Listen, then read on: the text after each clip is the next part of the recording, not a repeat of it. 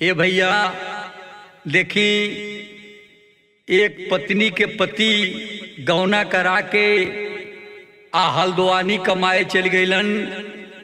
एहर न फोन करें न कोनो चिट्ठी भेजें। ये पत्नी के घर में अकेले बड़ी दुख होत रहल। ते अपने दुख के बात अपने पति देव से फोन करके कैसे कह रही बा अपने दुख के बात। आई गीत के लाइन से सुनी।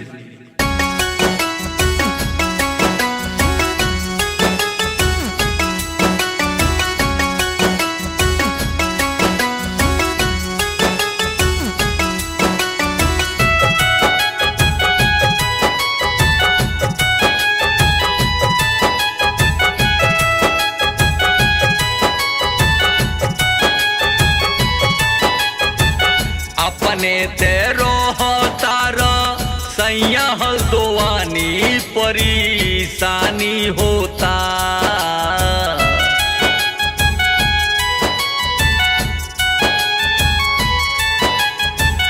अपने तेरो तारा सैया हल्द्वानी परेशानी होता।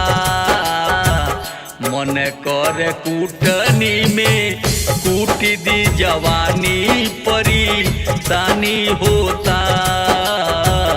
मन कर कूटनी में कूटी दी जवानी परेशानी होता।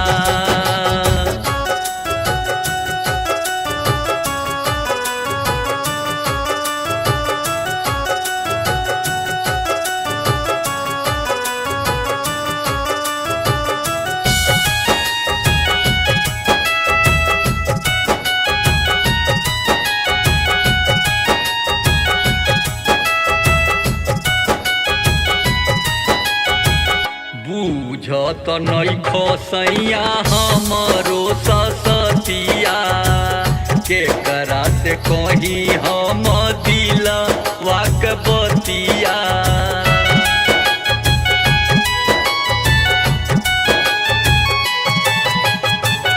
बुझत नइखो सैया हमरो ससतिया के करा से कहीं हम दिल वाक बतिया।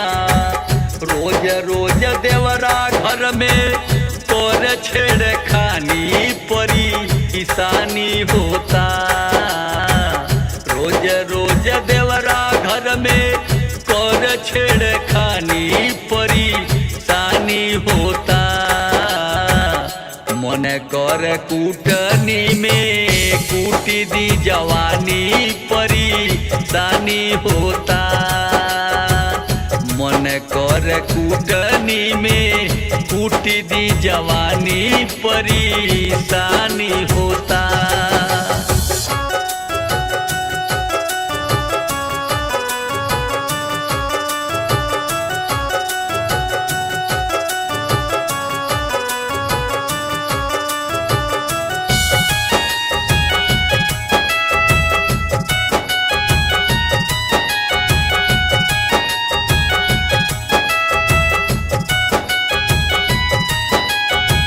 केतनो मनाई हम माने नहीं मनवा। लागता कि टूट जाई सगरो सपनवा।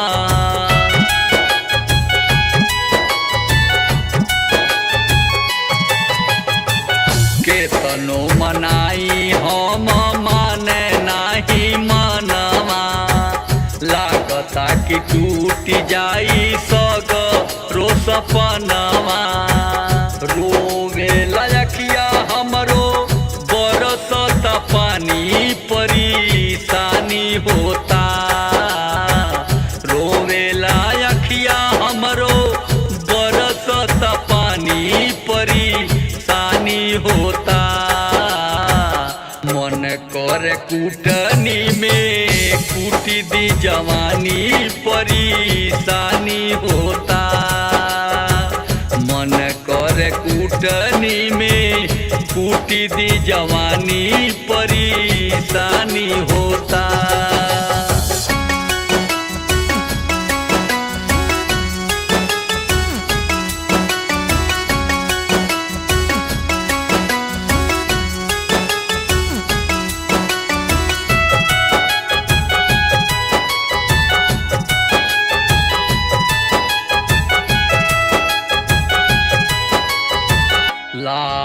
बहादुर सैया काहे कैल गवना, जहिया से अइली हम सुनबा बिछवना।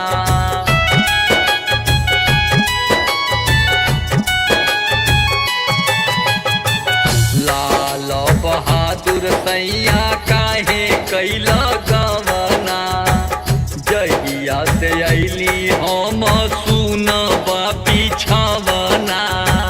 सुखत मसीन बिना सरसों के खानी परेशानी होता। सुखत मसीन बिना सरसों के खानी परेशानी होता। मन कर कूटनी में कूटी दी जवानी परेशानी होता। मन कर कूटनी में कूटी दी जवानी परेशानी होता। सुन ले राजा।